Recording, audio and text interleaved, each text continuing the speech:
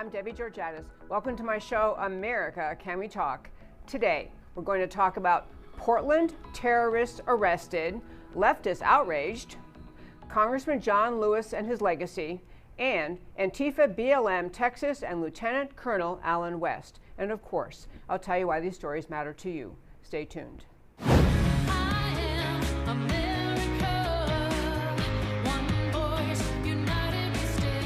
Debbie Georgatos, host of America Can We Talk, is an author, attorney, and political analyst whose mission is to inspire the American political conversation about preserving liberty in the best country on earth. And hello again, and welcome to America Can We Talk, and to today's First Five. I'm Debbie Georgatos. Over the weekend, there was outrage expressed on the left about the idea that some people, representatives of federal government, federal agents, were in the city of Portland, and they were arresting people who've been identified as terrorists. And a lot of the coverage, and this is whether it's on national media or just kind of in the social media chit-chat world, a lot of the coverage was about this ominous idea that somehow America's really turned a corner. And now we have, unarmed vehicles driving down the streets of American cities and people leaping out and gathering, grabbing someone and putting them in the car, putting them under arrest. And the person at that moment wasn't doing anything wrong. And these images conjured up of, third world countries, of communist dictator countries, places like China where people get disappeared, places like Burma and other countries where the government engaged in simply snatching citizens off the streets for unknown reasons, and in some cases, never seeing the person again. This is a kind of picture that the left is trying to paint of this federal police action engaged in Portland, and I want to tell you it is a complete farce. First, though, let's go to some clips I sent to Matt the Wonderful, producer, who's always ready, even when I send clips kind of last minute. But these are clips. These are the riots ongoing in the city of Portland, Oregon. These are still the continuation of the riots that were engaged in, organized by Antifa, the Black Lives Matter group, in response to not really in response, but they pretend it's in response to the George Floyd killing in Minneapolis weeks ago. Here's what it looks like on the streets of Portland.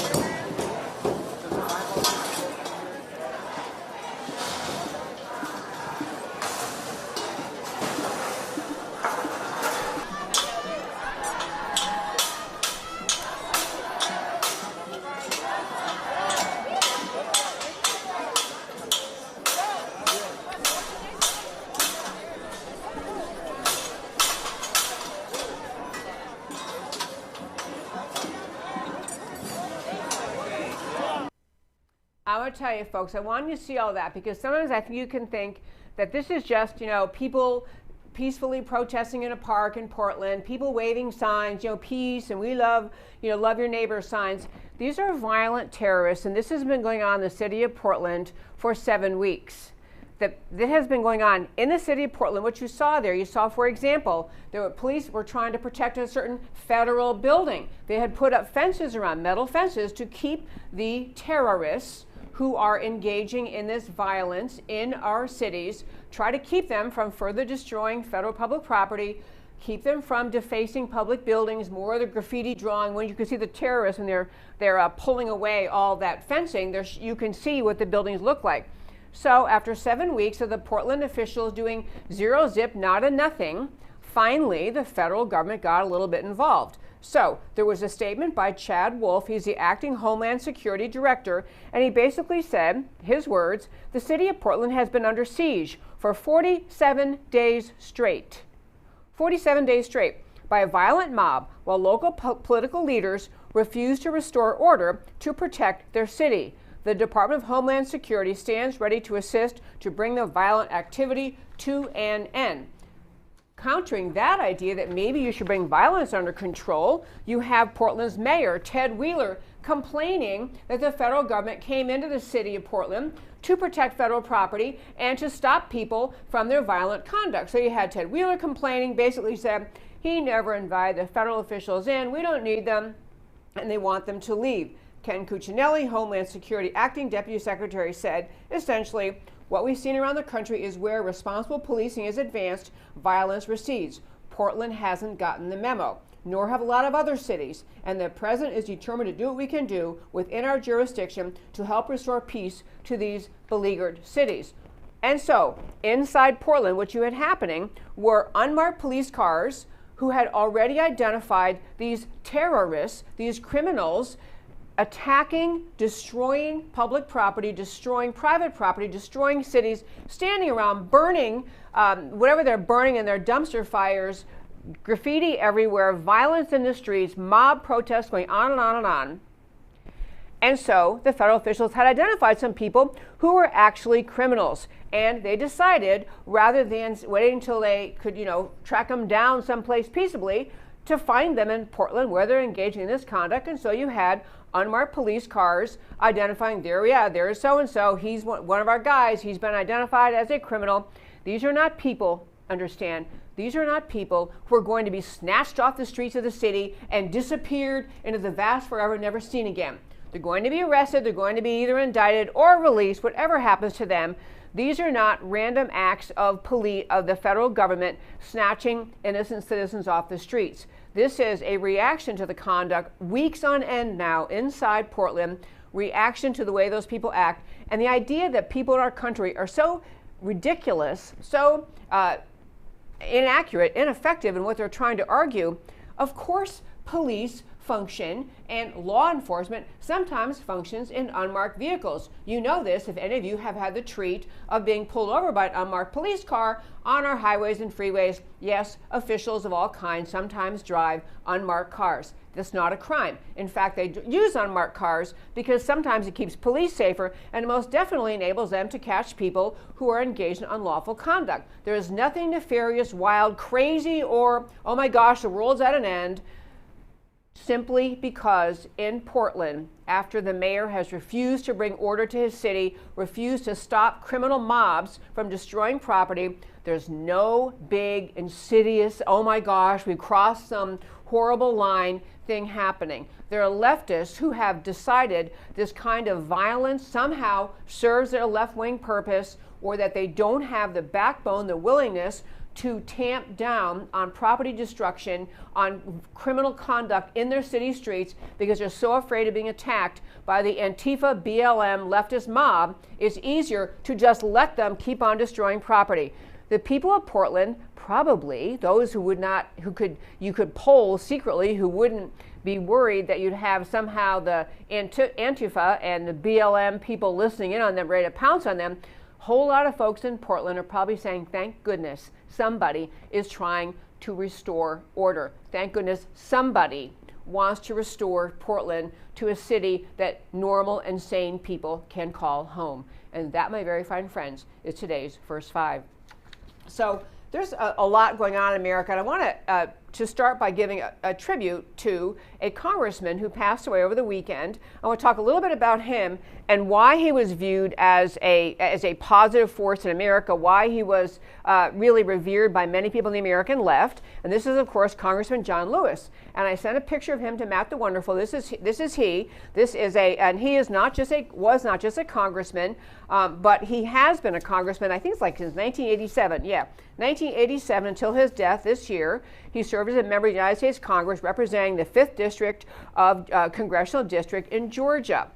But he is a civil rights legend in the minds of many people, rightfully so, because he actually marched with and served with Martin Luther King in the era of the civil rights struggle to fight against the completely un-American and ugly history we have in this country, in the South, of the Democrat-led South, of segregation, Jim Crow laws, KKK, to fight against the imposed segregation of black and white Americans, This is a guy who was a leader. He was actually physically beaten by the police, and as he engaged in his demand for civil rights, he marched with Martin Luther King, brought about, of course, a great course correction for America, bringing about the civil rights legislation that was fought for so hard by Martin Luther King and many others of his followers, including Congressman John Lewis. So he was and is rightfully viewed by people as a hero because he got in the fight early, hung in there with Martin Luther King, and ended up serving in the United States Congress. So these are the tributes, of course, pouring in all over the world and certainly all over America, left-wing America, and actually everyone, people of both political parties, honoring a man whose legacy included having been a fighter for equality, a fighter to end the, and I can't stress strongly enough, the Democrat Party, Southern state imposed segregation, the Jim Crow laws, and the KKK and other laws. I just want to, the kind of things they fought against. The Democrat Party was so determined not to permit black American citizens to vote that even long after the Civil War, long after the Civil Rights Amendments passed in the federal Constitution, Southern states continued, led by the Democrat Party, continue to try to discriminate against black Americans and deny them full equal rights. So they did things like they had laws passed in the South that said, for example, in order to register to vote, you had to have a high school education. You had to have a high school diploma, because that kind of law, neutral on its face, of course, but discriminated against black Americans, because at that time, when those laws were passed, there were a much higher percentage of black Americans who had not achieved a high school diploma than there were of white Americans. And so that kind of law, they used the legal term a disparate impact, had a disparate impact on black Americans, kept black Americans from voting. These are the kinds of things the Democrat Party did to keep black Americans down. Democrat Party on the side of slavery in the Civil War, Democrat Party on the side of the segregated South, and then you had Martin Luther King, of course, and Congressman John Lewis leading the charge to bring about even a more perfect union to end Southern segregation. But I want to talk about what's happened between the era of those marches and where we are today in 2020 and where the two parties stand. Because one thing that's really, really, really important to understand is one of the lies the left has made up that has become kind of mythical, legendary thing that the leftists in America today try to say.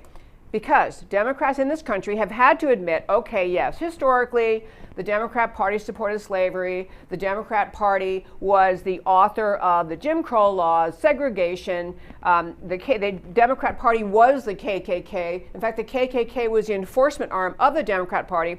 So you have many Democrats today trying to say, yeah, but that was then, this is now. There was this great switch, don't you know? And this is the big lie, the great switch. The argument being made that even though historically the Democrats were the ones who supported slavery, supported segregation, fought against equal rights for black Americans, that somehow the parties magically switched, and now it is the Democrats of today are the ones standing up for fairness and equality and racial equality, and somehow the Republicans are the racist party. This is what the Democrats try to sell. One reason they do that, and one vehicle they have, one means of doing that, is for them to argue that the parties switched. And I'm here to tell you, it never happened. There was no great switch.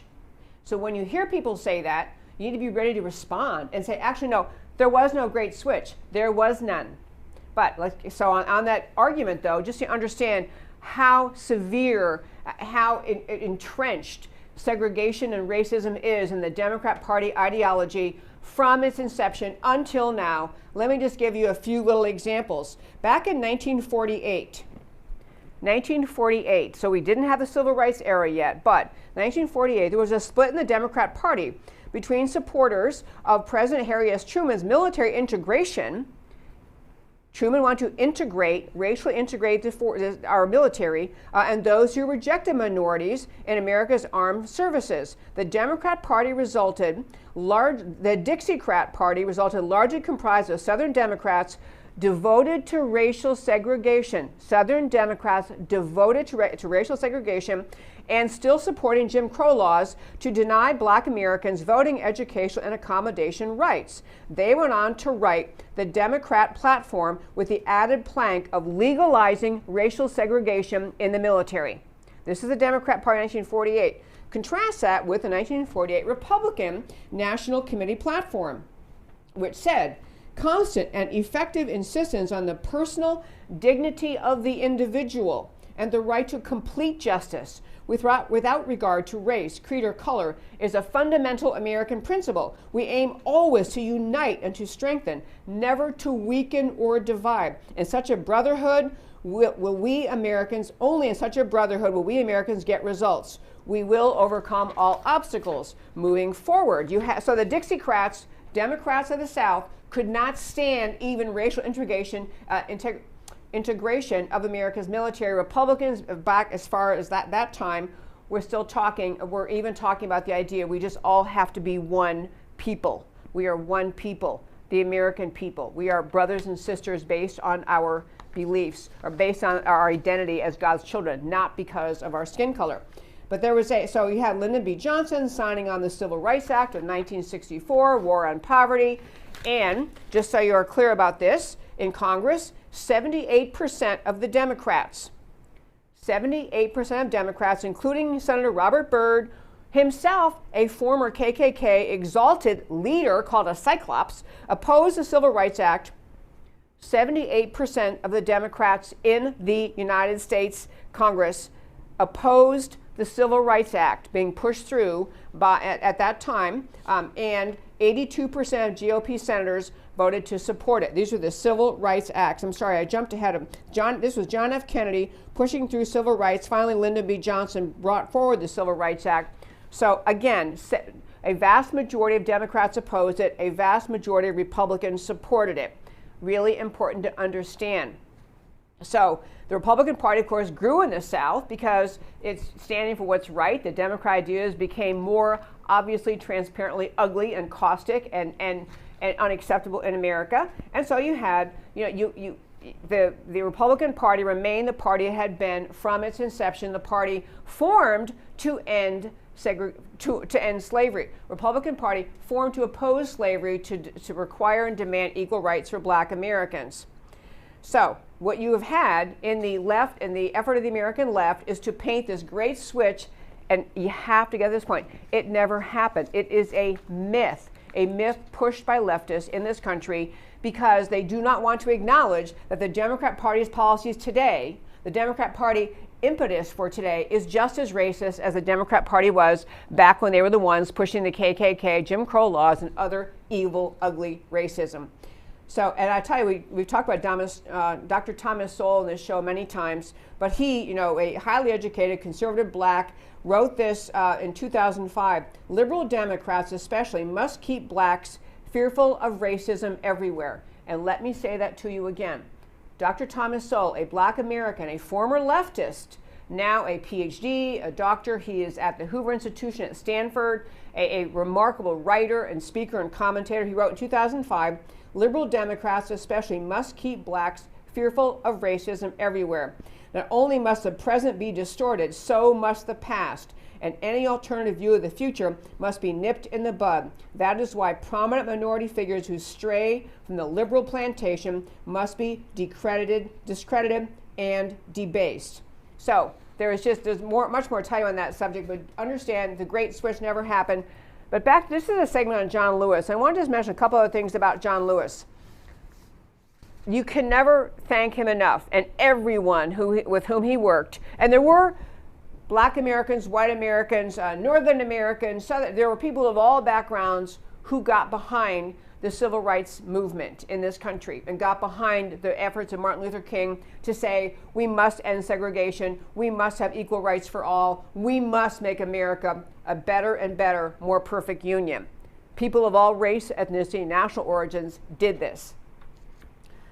But John Lewis got up to Congress in 1987, and in the course of the time that he remained in Congress, he remained a Democrat, and he continued to go along to push for the Democrat policies, whatever they be. He just hung on to the Democrats are the answer, Republicans are bad people, which he's entitled to do, of course, but he ended up being someone who just went along with everything the Democrat media mob, everything the leaders of the American left thought up about Republicans to say. And so he bought into the, Republicans are the racists, even though there was not the basis to support that in history. There's no historical basis to support that. But the Democrat Party, which he was a part, that was their line. The Democrats had to, as Thomas Sowell described, had to continue to try to convince Black Americans that Republicans are racist. So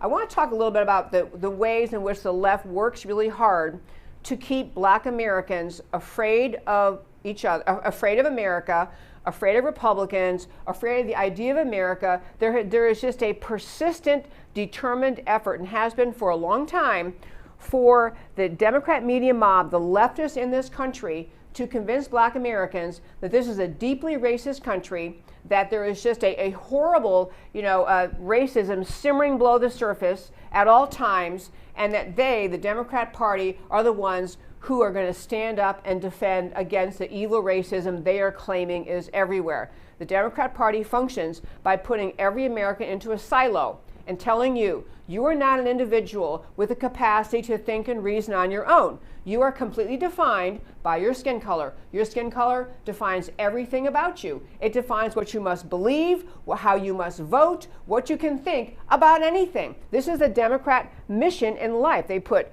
Black Americans, Asian Americans, Hispanic Americans, women, LGBT Americans into their silos, and their assigned silos, and say, this is how you must think. The Democrat media mob has decided you can't deviate from it. And Thomas Sowell made allusion to how hard it is for Black conservatives to speak up and say, but that's not really what I think. I don't really want that. That's not, you can't do that. The Democrat media mob says, you will think as we tell you to think. And the Democrats, the mob in this country, the leftist mob, has worked very hard to convince America that racism is indeed spreading, and hidden under every rock, behind every tree, there's racism everywhere.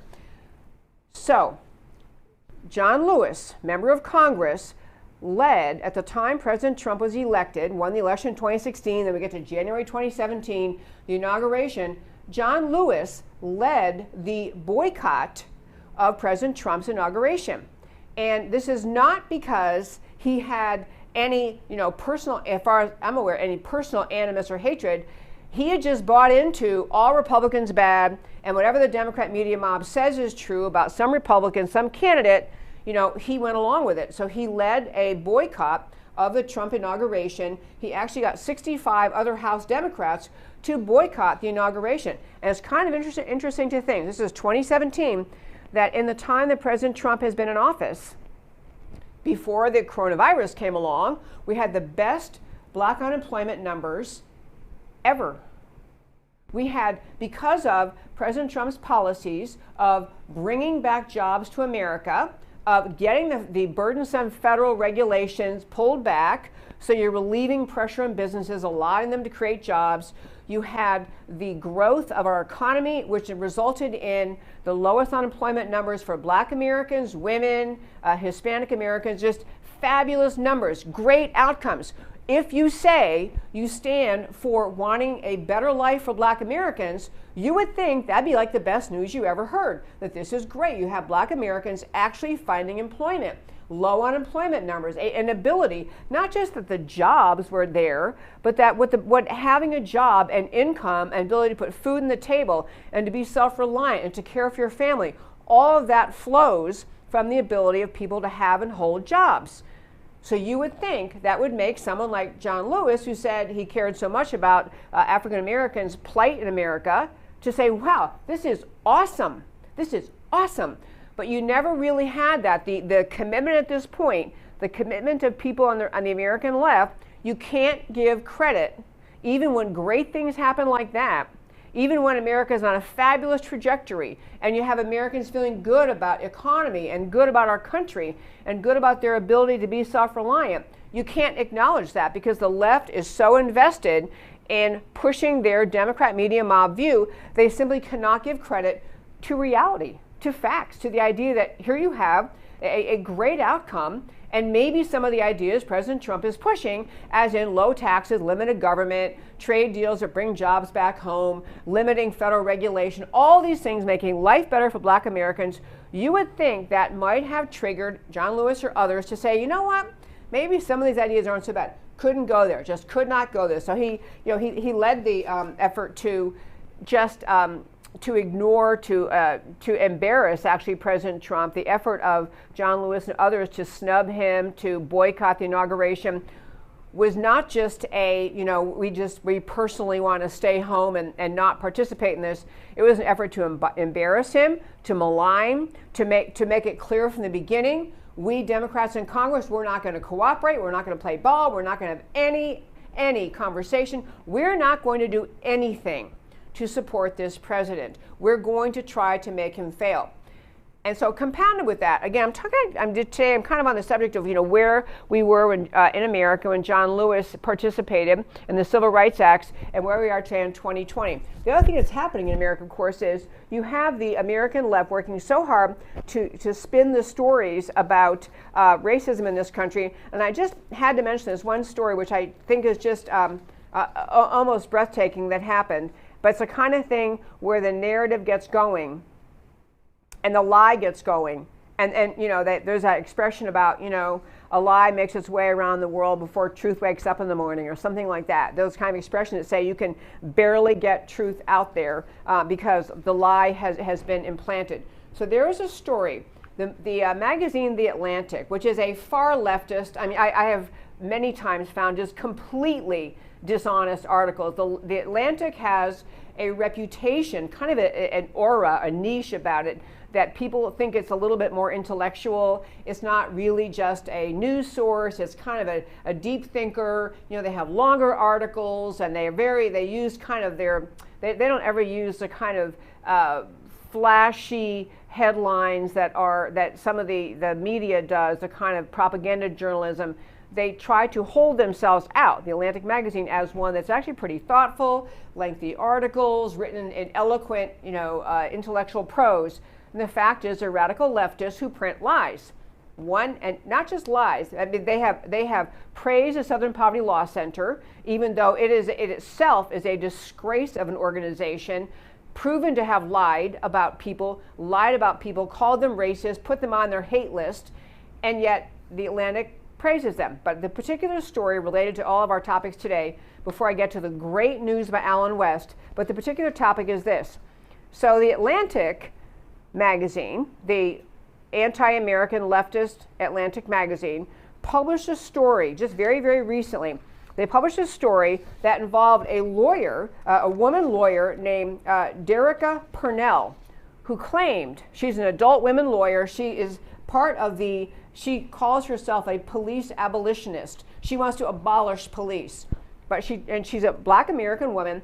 She told a story that was laid out in the Atlantic magazine that when she was 12 years old, in I think St. Louis, but some city, she was 12 years old, and that she was helping her sister at a local little recreation center, helping her sister learn how to shoot a basketball, and she watched a police officer come into the rec center, and because one of the people, I guess when you enter the rec center, you're supposed to sign in, and some kid hadn't signed in, she told this story, and the Atlantic published her story, claiming that she saw a police officer, because some kid failed to sign in when he walked in, that the police officer walked into the rec center, pulled out his gun, and shot the kid.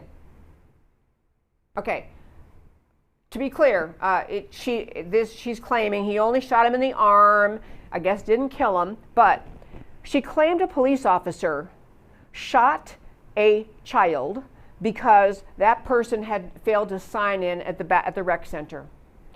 And so she talked about that being a springboard of her, anti-police animus or just hatred of the police. And she has this deeply personal story, shattered innocence, shattered bones. And that led her ultimately to become what she is today, which is a police abolitionist. Well, the story, so Atlantic runs with this story You know, I don't even know if they have fact checkers. I don't even know if they try to find out things are true. But fortunately, the Federalist said, you know, that sounds pretty crazy. I mean, pretty crazy that you are claiming this happened. So the Federalists dug in and they looked at police records. They looked at the records that they could possibly track down. They investigated newspaper archives, police department records, the police union records, the office of the mayor. They asked the Atlantic, what evidence do you have that ever happened? And there's nothing to back it up. Now, I cannot say, I know this didn't happen, but I can say the story is absurd and, you know, seemingly preposterous, but for the Atlantic to publish that story, not be able to come up with one iota of backup to the story, to an amazing story, not one iota of backup did Atlantic provide to the Federalists, but they ran the story because the story fits their narrative. The story fits the narrative of the anti-American left, of which the Atlantic is a very proud member, trying very hard to convince America that this is a deeply racist country that must be, we just have to fear what is happening to this country at all times. We have to fear that under every rock there's racism, that horrible things happen, there's never accountability. And this is the kind of story that, unless refuted and challenged, shapes the next generation of activists in this country. It's one thing if you grew up in the era when there was actual segregation, and you grew up in the era where there were lynchings and where there were, you know, black and white entrance to restaurants and every other facility, where you had the black water fountain and the white water fountain. If you grew up in that era, you could think, wow, everyone around me seems pretty okay with this. And you could understand that it probably caused great racial tension. And fortunately for America, Martin Luther King, John Lewis, you know, many, many others, as I say, white and black Americans stood up and said, this is not good enough, it's not okay, this is not America. And so you had that kind of activism rooting out that, not just rooting out the laws that impose segregation, but rooting out the thinking in the American psyche that this is good enough for America, this is okay for America, because it wasn't and it's not. But when the Atlantic runs stories like this, and there's, you know, apparently no verification, and other times you've seen racial hoaxes played out on the media, reported all over the place, and we find out later that in a story that sounds horrific, that was some kind of, you know, horrible thing spray painted on somebody's wall, all sorts of stories that are racial hoaxes. The story runs big. The investigation happens, turned out the whole thing is a hoax. We haven't talked about Jussie Smollett in a long time, but he's a good example of that story. Completely concocted, completely made up to perpetuate the narrative the left wants black America to embrace, which is you live in a horrible country, a racist country, and we Democrats, we're the ones exposing it, so vote with us. We're going to keep on fighting those evil racists. And you end up having more and more Americans, you know, reading stories like this in the Atlantic, never realizing that what they're reading is just garbage, that there is no backing for it, and never reporting on the hoaxes, rarely reporting with the same gusto and enthusiasm and size of font and placement in the publications that says, hey, you know, the story we said last week turns out complete fake. You never hear that. You don't see that because the left benefits from perpetuating fear of racism. So where we are in America today in 2020, I honor Congressman John Lewis. You can't thank people enough who engaged in the civil rights movement era protests and demands and actually brought about the change in civil rights laws. But here's where we are in 2020. We have an American left, the Democrat Party, cannot win elections without holding on to virtually the entire black vote in America. They cannot win. And so they are driven to continue the narrative, to perpetuate the narrative that America is a deeply racist country, and they've got to have everyone believing this. And so you had, and you also have woven into that fact in our modern history, you have the Marxism that has taken over the Democrat Party. The Democrat Party in America is not simply a tiny little fragmented section that happens to be supporters of Democrat Socialists of America and otherwise are mainstream America. The Democrat Party itself has been taken over by radical Marxist thinking. You have the Antifa organization, the most fascist, evil, violent organization imaginable, and they exist. Their name comes from being anti-fascist, and they are the fascists. A typical trick leftists do. They are the fascists, but they call themselves the anti-fascists, so maybe you won't notice that they are fascists. You have the Antifa locking arms with the Marxist organization Black Lives Matter, creating havoc around this country, and the violence like you saw in Portland, the violence we're going to play in a moment in New York City. And I'm going to close out this segment by playing that little segment, that little clip from New York City, because this is a clip, I don't know what Matt has it, maybe, I think it's the very last one. Clip 7, just so you can see the kind, this is one little example of the kind of violence we're watching in New York City. Got it? Yeah. No, we don't have it. Okay, never mind about that. Okay, we're not going to play that one. We're going to go, I'll just move on and tell you where I want to get to with all of this. I'm getting at the point that we're in a great place in the year 2020 because more and more Americans are waking up to the fact, more and more Americans are waking up to the fact that they have been played by the Antifa BLM Democrat media mob. You have Black Americans beginning to speak up to say, wait a minute, hold your horses.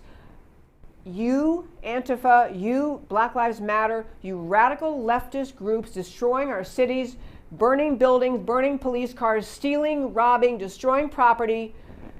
You're not really speaking up for Black Americans. That's not at all what you're doing. You're actually speaking up for your leftist destroy America agenda, and they aren't going to put up with it. So you have a, I'm just going to play a bunch of clips. This was, I'll just start with, I still want to hang in this segment. I'll get to Alan West in just a moment. But there was a clip, a story that is related to, it has some different people speaking in it. But the gist of it is, it has Black Americans who are now for the first time more and more outspoken saying, wait a minute, we're not going to be played by the Democrat Party anymore. So this, Matt the Wonderful, is clip 1 with Candace Owens.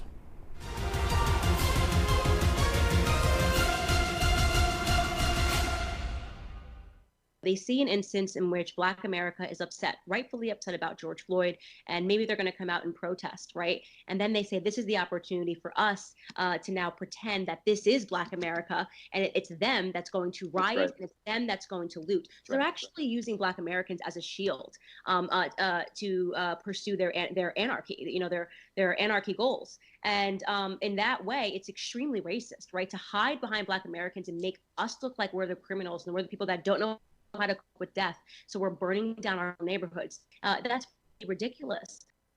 Okay, love Candace Owens. And I love it because she's saying things be very hard to say for most Americans to say. But she's saying Black Lives Matter is using, which is a Marxist effort, Antifa, Black Lives Matter, using Black Americans to get their agenda, and they're not really standing up for Black Americans at all. Now I want to show you a clip. There's a woman named Bevelyn Beatty. Her name is Bevelyn Beatty. She's a young Black woman. She's been showing up at protests around the country, alleged Black Lives Matter protests, which are really Antifa-led Marxist protests that have very little to do with standing, or if anything to do with standing up for Black America. Bevelyn Beatty, let me show you what she's been doing when she shows up at these places, one being where in the streets, some Black Lives Matter protesters have painted in huge yellow letters. One's outside of President Trump's hotel that says Black Lives Matter, painted in bright yellow paint. Here's Bevelyn Beatty. Don't just sit by idly and watch your country go to the ground. Stand with your police force. Vote for Trump. Vote Republican. Vote for Christians and stand up Christians. For the Black people. It's for the Black people. They destroying businesses for Black people. They're looting for Black people. They do it for Black people, right? Black Lives Matter. Black Lives Matter. But you want to defund the police for Black people. You're lying. No, we're not standing with Black Lives Matter. We want our police. Refund our police. Okay, that's Bevelyn Beatty. She's saying refund our police. all over the country. She's been showing up. She's been arrested numerous times. So you have Bevelyn Beatty getting a lot of national attention, pointing out Black Lives Matter is not standing up for Black America. Then you also have this one more clip similar, related to all of this, which is a clip of Brandon Tatum talking about Bevelyn Beatty. Bevelyn Beatty is my hero. Now, she's been growing on me week after week, arrest after arrest, because she has been standing up and getting arrested for it, standing up for righteousness. When I see a young woman who stands up for God first, stands up to these issues, no matter the bullying, no matter the criticism, Bevelyn she just go hard, man. I just love that guy. He was on the show a few weeks ago. That's Brandon Tatum, who is a co-founder of Blexit, and he's just celebrating her. What I'm really getting with all this is, you had the civil rights era where we rightfully thank and praise the movement that was led by Martin Luther King and thousands of others involved, hundreds of thousands of others. They did a great thing. But where we are today in 2020, the racist American left, that was the same racist American left that supported slavery, that fought against freeing the slaves, that imposed segregation, that imposed Jim Crow laws, that imposed KKK. Again, the KKK was the enforcement arm of the Democrat Party. That same racist ideology that led the Democrat Party all those years is in America today still the racist ideology of the American left. What they're doing, though, to push their agenda is using Black Americans at claiming they're standing up for them, but what they're really pushing in today's Democrat Party is a radical leftism that we think is maybe a fringe element. It's mainstream Democrat America. They are not going to stop the destruction of the cities. They're not going to stop the lawlessness. They're funding the destruction of America and using Black Americans as their supposed, we're not really destroying America. We're just standing up for Black Americans. And plenty of intelligent, conservative Black Americans are waking up and saying, no, not so fast. One last thing in New York City, just to mention this, I mentioned Portland quite a bit, but in New York City, I just want to mention that in addition to all the violence, attacks on police officers, you have these Antifa people. One was just arrested for cutting the brake lines in a New York City Police Department van. So police officers would have gotten in and realized brakes aren't working, and who knows what kind of horrible thing could have happened. I'm getting at you have to understand the left is out of control in this country. The Democrat Party has nowhere to go politically except to enable and justify what the left is doing. No one on the left, no one in the Democrat Party is standing up and saying, wait a minute, this is not, we can't do this. We have to stand up for law and order. We have to have police.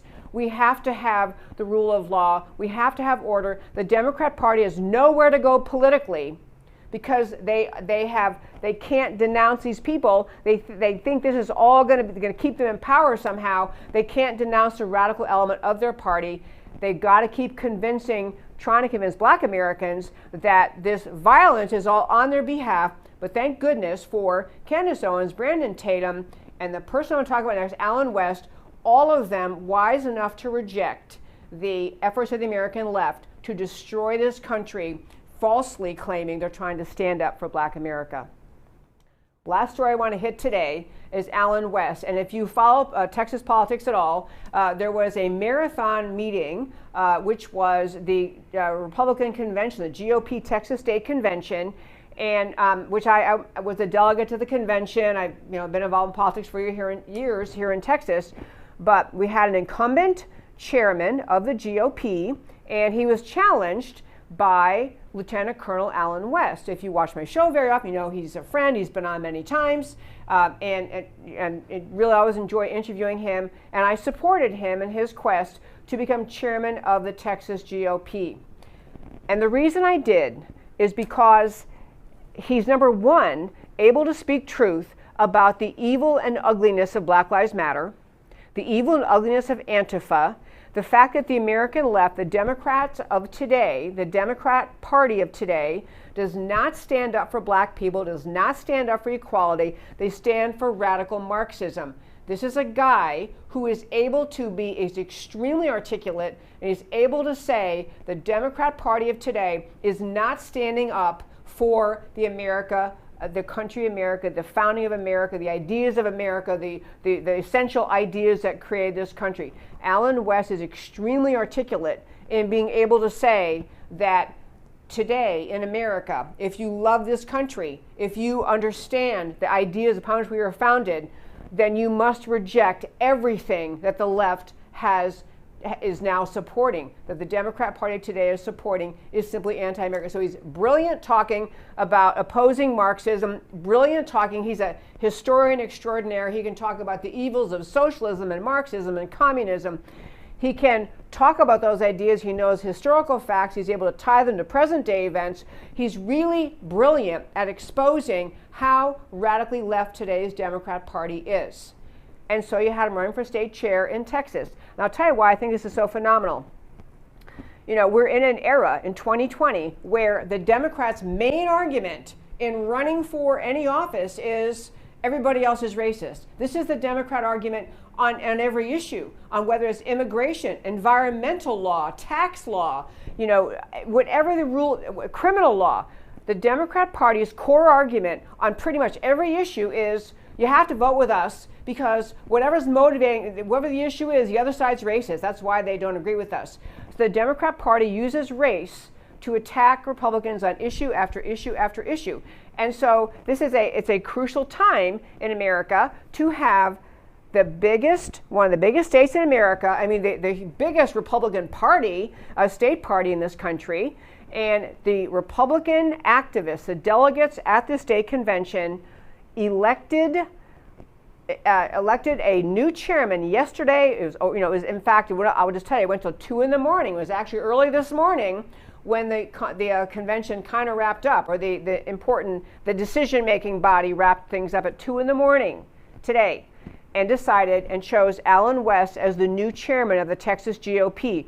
This is a brilliant stroke. It's a brilliant thing. Number one, because of what I'm saying about the idea that he can, in this era of the left's lies, and they're flinging the racist name at everything Republican, to have the biggest Republican Party in the country, in the state of Texas, choose a black leader, an outspoken, conservative, rock-solid military veteran, informed historian, and true believer in the ideas of America, elect him to be the chairman of the GOP. This was a wonderful, wonderful stroke.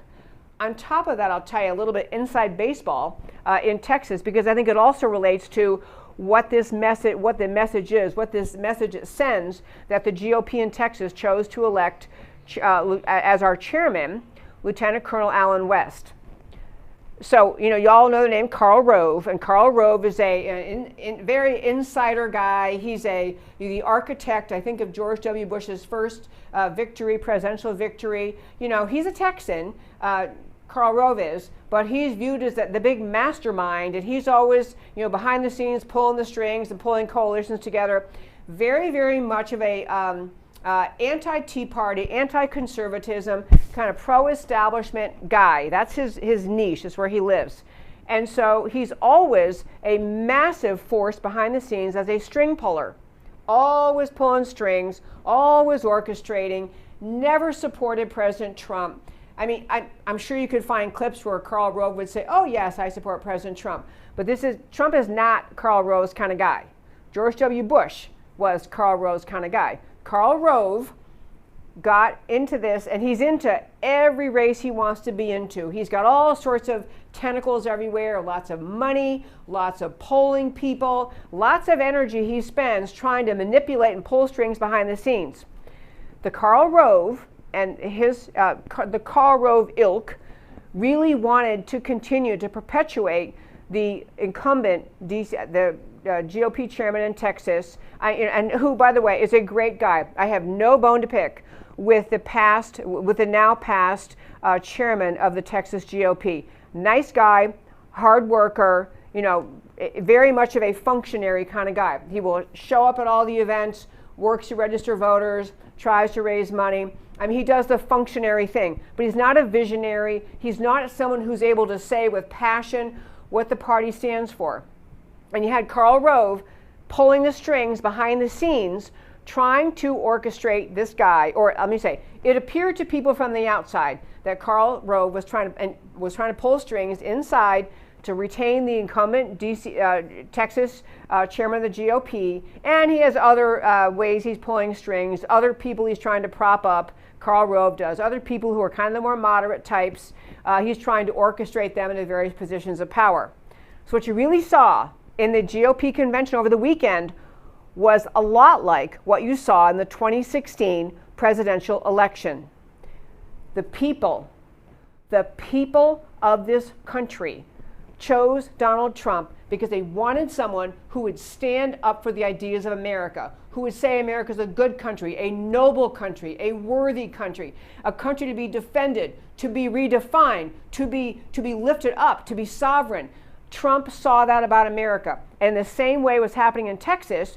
You had many of the Republican establishment in Texas watching the Texas politics and watching polling and numbers and election results, and you had the Republican leadership in Texas kind of tacking toward the center, saying, well, we don't want to be way out there. Let's be Republican light.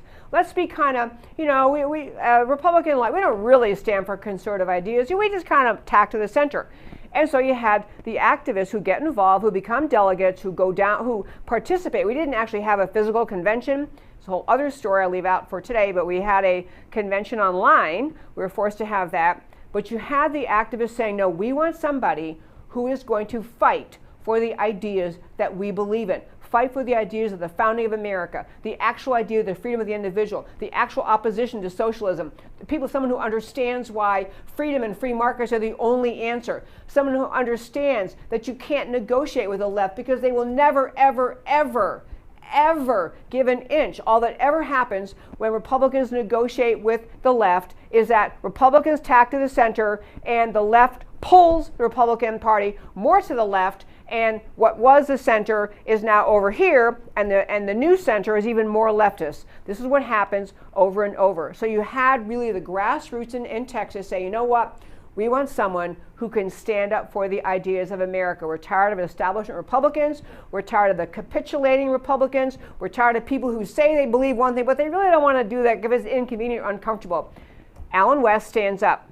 He's not the functionary kind of guy who is going to be, necessarily doing all of the day-to-day administrivia involved in the party. He's a guy who's going to inspire more and more Texans to believe in the ideas of conservatism, of America, of republicanism. That's the kind of guy. That's why he got chosen. So the choice of the voters at this convention, who've now made him, Lieutenant Colonel Allen West, our new GOP state chair, it was a choice that said, we actually believe in the ideas of Texas, of America, of conservatism, and we want someone to lead. And I'll close out this because I got to go to my Why It Matters to You, but I'll get back to this another day.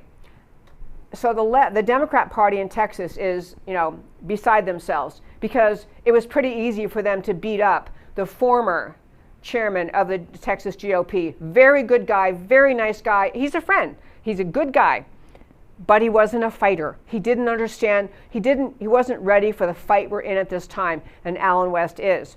So you had the Texas Democrat Party putting out a statement today, I kid you not, calling Lieutenant Colonel Allen West, an African-American veteran, a fighter served in our army, a veteran who has served in wartime, an amazing historian, someone who understands the depths of history, the ideas of freedom versus socialism, the ideas of America, a guy who understands American history. You had the Democrat Party calling Black American Lieutenant Colonel Allen West a racist. That's seriously, that was the answer. You talk about, I'm telling you in the show today, how frequently and regularly the Democrat Party, the leftists in this country, resort to calling anyone they fear, anyone they hate, anyone whose ideas they can't respond to, any policy they have no answer to at all, their default is call them a racist. So they actually called Lieutenant Colonel Allen West a racist in their public statement this morning. I mean, laughable, yes, but absurd even more so. And lastly, as I wrap up this segment, it's a sure sign that they're pretty much, the Democrat Party is pretty much out of bullets. They can't figure out what to do when someone who they know will stand up, they know will fight, they know will say what we stand for, like just like President Trump does, this Alan West is going to do, they have nothing left except, oh, he must be a racist. I mean, I'm sure someone at the party thought, maybe we shouldn't put out the fact that this black leader, the first black chairman of the Texas GOP, maybe we shouldn't call him a racist. Can we think of other things to criticize? They couldn't. So that's what they went with. He's a racist. My friends, I'll tell you more about this as we go on, but I see this choice by the delegates to the Texas GOP convention of Lieutenant Colonel Alan West as a signal. It's like a shot across the bow. The left is not going to take this country down the path of writing off the Republican Party as racist. They're not going to win this election in 2020 by lying about the status of race in America, lying about what the Republican Party stands for, lying about the history and the goodness of America, because Alan West knows the goodness and history of America, and he's going to have a bully pulpit like you've never seen. And my friends, we are way past out of time, I think. So I'll tell you, as I always do at the end of every show, why the stories we talked about today matter to you. So we started the show about the Portland terrorists arrested, leftists outraged, and so they were. No one can look at recent video clips of Portland and conclude this is what an American city should look like. Graffiti, arson, property destruction on multiple city blocks. The mayor did nothing for 7+ weeks, then the feds show up and the mayor blames them. The feds are not acting as secret police. Unmarked cars are commonly used to interdict serious crime, terrorism, such as Antifa. Officers are wearing uniforms. Arrests follow warrants. Arrested suspects are not being hidden or held without rights. The leftist agenda is total destruction of the social civil order. Restoring American law and order will take resolve and persistence. And a Congressman John Lewis's legacy, as the young man Lewis stood with Martin Luther King and endured police brutality. Martin Luther King's stand brought about positive change, and Lewis deserves credit for joining. But years inside the Beltway changed him from a civil rights icon to more of a standard leftist. Boycotting Trump's inauguration was blind acceptance of the false mainstream media narrative. He never acknowledged how Trump's agenda has benefited Black Americans, more and more aligned with voices of division and separation, not equal rights. The political parties never switched. Democrats have always been the party of racism. The GOP has always been the party of equal rights under the law. John Lewis failed to see that reality, a reality reaffirmed yesterday in our next story on Alan West's victory in Texas. And Alan West elected Texas GOP chair, and why it matters to you. This is major good news for Texas and for America. Mainstream media leftist narrative is completely dismantled by West's victory. A racist GOP? Most populous GOP-controlled state in the USA elects a Black American to be GOP chair, and the Texas Democrats call West a racist. And then strong shifting anti-Trump sentiment in the GOP. Another thing Karl Rove is trying to push is, there's a lot of anti-Trump sentiment. Karl Rove, ruling class status quo rejected in a landslide election akin to Tommy Tuberville in Alabama. West is more conservative and outspoken than Texas Governor Greg Abbott and Lieutenant Governor Dan Patrick. New pressure on Texas elected officials to reverse course, no more turning purple, get back to honoring Texas's heritage of freedom. And the last slide, Antifa, BLM, and Lieutenant Colonel Alan West. Antifa and BLM are led and populated mostly by white Marxists.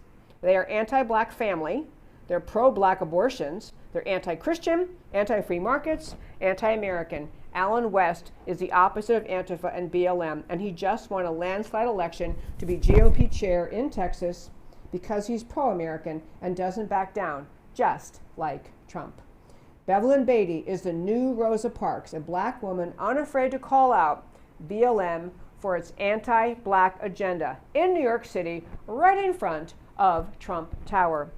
And that, my very fine friends, is my show for today. I'm Debbie Georgatos. This is America Can We Talk. Thank you so much for tuning in every Monday through Thursday, 3 p.m. Central Time, to America Can We Talk, where I always talk truth about America, because America matters. And then we'll talk to you next time.